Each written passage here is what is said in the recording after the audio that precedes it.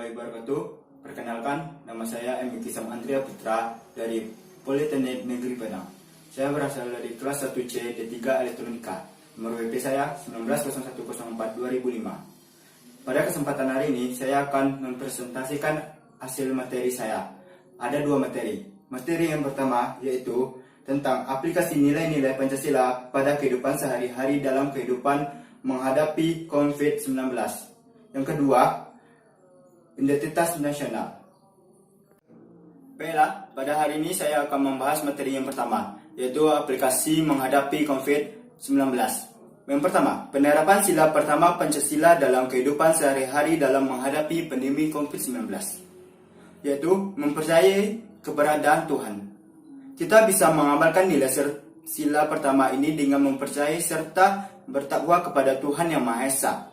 Contohnya, sholat dan berdoa. Penerapan sila kedua Pancasila dalam kehidupan sehari-hari dalam menghadapi pandemi COVID-19, yaitu tidak berbuat semena-mena terhadap orang lain. Kita harus bisa memanusiakan manusia. Jangan berbuat semena-mena kepada manusia lain dalam kasus COVID-19 ini. Contohnya, tidak mempublikasikan hal tersebut. Penerapan sila ketiga dalam kehidupan sehari-hari dalam menghadapi pandemi COVID-19, yaitu menjunjung tinggi persatuan dan kesatuan bangsa. Kita harus senantiasa menetapkan persatuan dan kesatuan bangsa di atas kepentingan pribadi maupun kepentingan golongan. Contohnya, berbagi makanan untuk ojol atau orang yang tidak mampu lainnya. Yang keempat, penerapan sila keempat Pancasila dalam kehidupan sehari-hari dalam menghadapi pandemi COVID-19. Sila keempat Pancasila yaitu berbunyi, kerakyatan yang dipimpin oleh hibah kebijaksanaan dalam permusyawaratan perwakilan memiliki kandungan nilai kerakyatan. Maka, jadi sebagai rakyat yang baik, kita harus mendengarkan aturan pemerintah yaitu di rumah saja.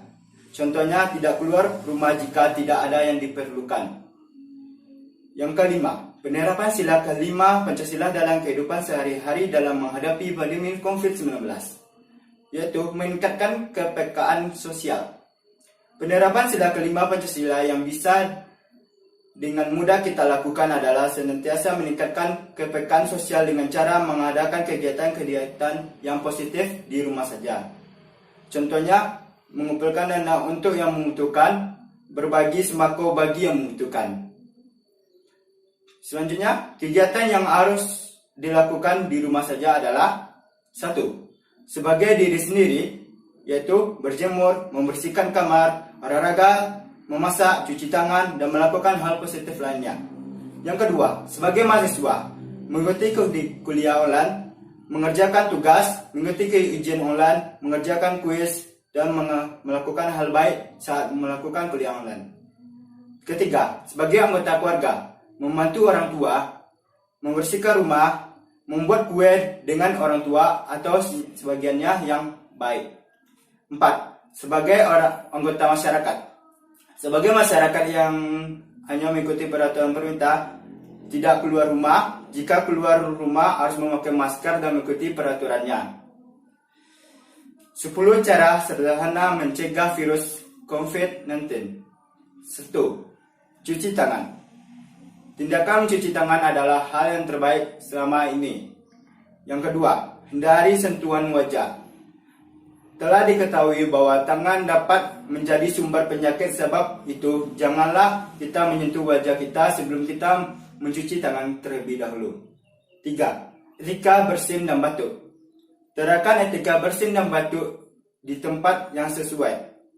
Jika kita ada di tempat umum, seharusnya kita batuk dan bersin menutup bagian hidung atau mulut. 4. Memakai masker. Virus corona tidak menyebar melalui udara. Namun, penggunaan masker dapat mengurangi penularan virus corona. Maka, gunakan masker jika keluar dari rumah. 5. Hindari interaksi langsung.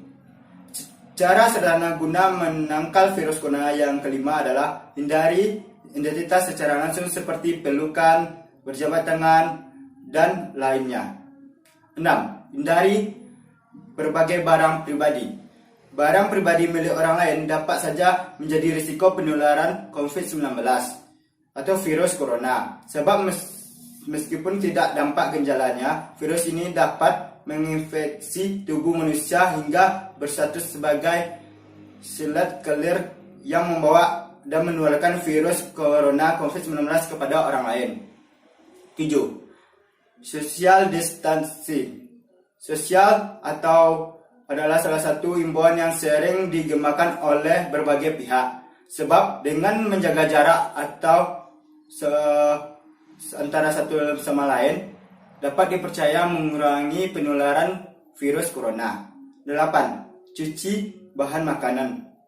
Cuci selalu bahan makanan yang dipelihara sebelum mengolahnya, sebab kita belum tahu apa yang terjadi pada makanan itu sebelum kita tidak mencucinya. 9. Bersihkan perabotan rumah. Cucilah perabotan rumah sebelum kita menggunakannya kembali. Kita belum tahu apakah kita pernah menyentuhnya saat kita pernah tertular oleh virus corona itu. 10. Tingkatkan imun tubuh. Tingkatkan imun tubuh dengan memakan makanan sehat, berolahraga, dan melakukan hal baiknya. Baiklah, materi selanjutnya yaitu identitas nasional. A. Pengertian identitas nasional. Pengertian identitas nasional pada hakikatnya adalah manifestasi nilai-nilai budaya yang tumbuh dan berkembang dalam aspek kehidupan suatu bangsa. Identitas berasal dari kata identik, yang berarti ciri-ciri, tanda-tanda, atau jati diri yang melekat pada seseorang atau sesuatu yang membedakannya dengan orang lain. Kata nasional. Dalam identitas nasional merupakan identitas yang melekat pada kehidupan atau kelompok-kelompok yang lebih besar yang diikat oleh kesamaan keinginan, cita-cita, dan tujuan. B. Parameter identitas nasional. Parameter identitas nasional adalah suatu ukuran atau patokan yang dapat digunakan untuk menyatakan sesuatu adalah menjadi ciri khas suatu bangsa. Tujuan yang ingin dicapai suatu bangsa, identitas yang bersumber dari tujuan ini bersifat dinamis dan tidak tetap seperti budaya unggul. Presentasi dalam bidang tertentu seperti di Indonesia dikenal dengan bulu tangkisnya yang mendunia. 1. Suku bangsa. Suku bangsa adalah golongan sosial yang khusus dan bersifat agregatif. 2. Kebudayaan. Kebudayaan menurut ilmu sosial termasuk kesenian, ilmu pengetahuan, teknologi, dan adat istiadat. 3. Bahasa. Bahasa adalah identitas nasional yang bersumber dari salah satu lambang satu negara. 4. Kondisi geografis. Kondisi geografis merupakan identitas yang bersifat alamiah atau alami. Kedudukan geografis wilayah negara menunjukkan tentang lokasi negara dalam kerangka ruang, tempat, dan waktu, sehingga untuk waktu tertentu menjadi jelas batas-batas wilayahnya di atas bumi. C. Unsur-unsur pembentuk identitas nasional. 1. Unsur sejarah. Unsur sejarah bangsa Indonesia secara ekonomis dan politik pernah mencapai era kejayaan di wilayah Asia Tenggara. Kejayaan dalam bidang ekonomi bangsa Indonesia pada era pemerintahan Kerajaan Majapahit dan Sriwijaya. Rakyat mengalami kehidupan ekonomi yang sejahtera, sedangkan dalam bidang politik memiliki kekuatan negara hingga seluruh wilayah Nusantara yang meliputi wilayah jajahan Belanda, sekarang wilayah NKRI, hingga wilayah negara Filipina, Singapura, Malaysia, bahkan sebagian wilayah Thailand. Namun kejayaan ini mengalami keruntuhan akibat menghilangnya jiwa kebersamaan. Perjuangan demi perjuangan bangsa Indonesia di atas pada akhirnya menjadi suatu nilai yang mengkristal dalam jiwa bangsa Indonesia bahwa bangsa Indonesia adalah bangsa pejuang. Sekaligus semangat juang yang dimiliki oleh bangsa Indonesia tersebut menjadi kebanggaan sebagai identitas nasional bagi bangsa Indonesia yang membedakan dengan bangsa lain di ASEAN dan dunia pada umumnya. 2. Kebudayaan. Aspek kebudayaan yang menjadi unsur pembentuk identitas nasional adalah meliputi 3 unsur, yaitu 1. Akal budi. Akal budi adalah sikap dan perilaku yang dimiliki oleh bangsa Indonesia dalam interaksi antara sesama maupun antara pemimpin dengan staf, anak dengan orang tua, atau sebaliknya. Bentuk sikap dan perilaku sebagainya yang disebut di atas adalah hormat menghormati antar sesama. 2. Peradaban. Peradaban yang menjadi identitas nasional bangsa Indonesia adalah dapat dilihat dari beberapa aspek yang meliputi aspek ideologi, politik, ekonomi, sosial, dan HAMKAM. Identitas nasional dalam masing-masing aspek yang dimaksud adalah 1. Ideologi adalah sila-sila dalam Pancasila. 2. Politik adalah demokrasi langsung dalam pemilihan langsung presiden dan wakil presiden serta kepala daerah tingkat 1 dan tingkat 2 kabupaten atau kota. 3. Ekonomi adalah usaha kecil dan koperasi. 4. Sosial adalah semangat gotong royong, sikap ramah tamah, murah senyum, dan setia kawan dan berbaik hati pada manusia lainnya. 5. HAMKAM adalah sikap keamanan lingkungan, sistem perang gerilya, dan teknologi kekentongan dalam memberikan informasi bahaya dan sebagainya. 3. Pengetahuan. Pengetahuan yang menjadi unsur pembentuk identitas nasional meliputi 1. Presentasi anak bangsa dalam bidang olahraga bulu tangkis dunia. 2. Karya anak bangsa dalam bidang teknologi pesawat terbang, yaitu pembuatan pesawat terbang CN235 di IPTN Bandung, Jawa Barat. 3. Karya anak bangsa dalam bidang teknologi kapal laut, yaitu pembuatan kapal laut Phoenix. Dan 4. Presentasi anak bangsa dalam menjuarai lomba Olimpiade Fisika dan Kimia dan sebagainya. 3. Budaya unggul. Budaya unggul adalah semangat dalam kultur kita untuk mencapai kemajuan dengan cara kita harus bisa.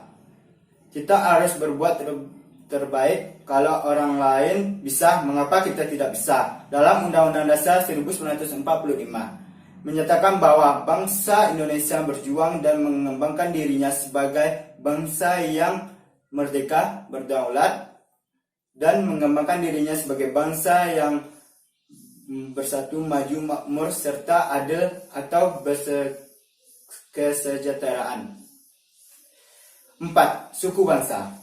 Identitas nasional dalam aspek suku bangsa adalah adanya suku bangsa yang menjemuk aneka ragam. Menjemuk atau aneka ragamnya suku bangsa dimaksud adalah terlihat dari jumlah suku bangsa lebih kurang 300 suku bangsa dalam bahasa dan dialek yang berbeda.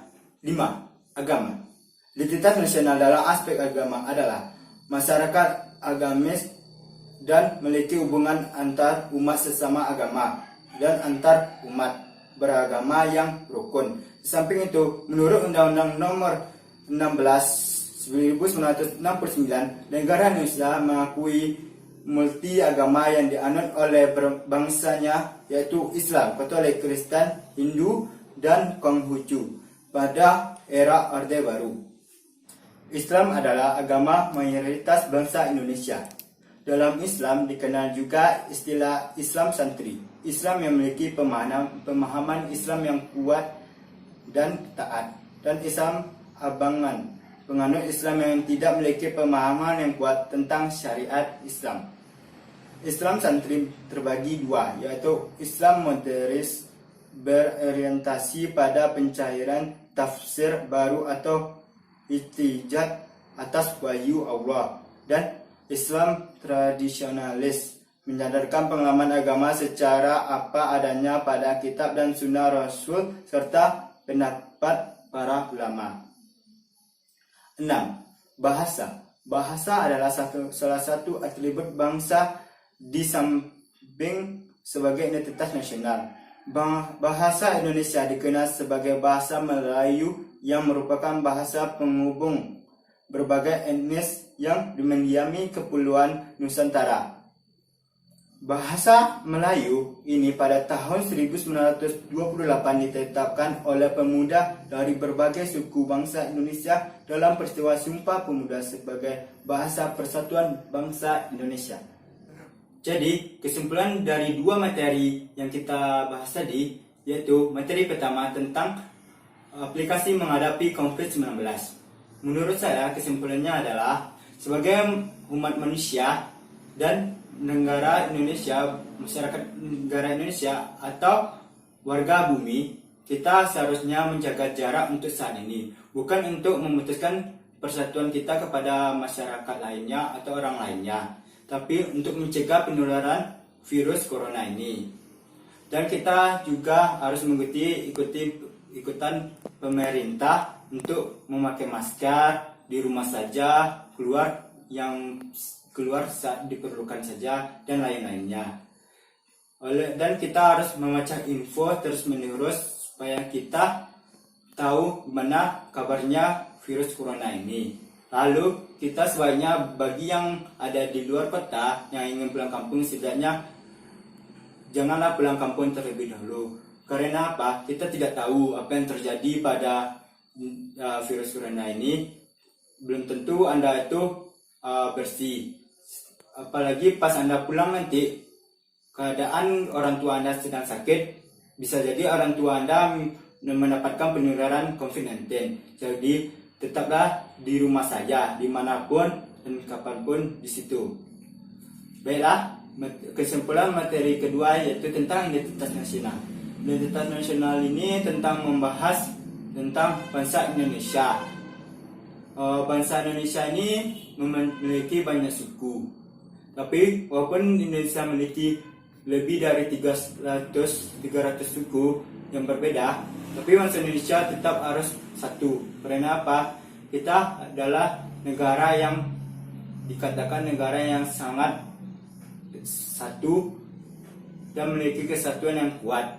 Oleh karena itu kita harus mempertahankannya. Apalagi kita memiliki bahasa, pulau, dan agama yang berbeda-beda. Tapi kita harus menjadi orang yang gotong royong, rahmat terhadap semua orang, sesama manusia. Menurut budaya Indonesia sangat banyak. Jadi hormatilah budaya sesama golongan, tapi tidak lupa dengan budaya kita sendiri.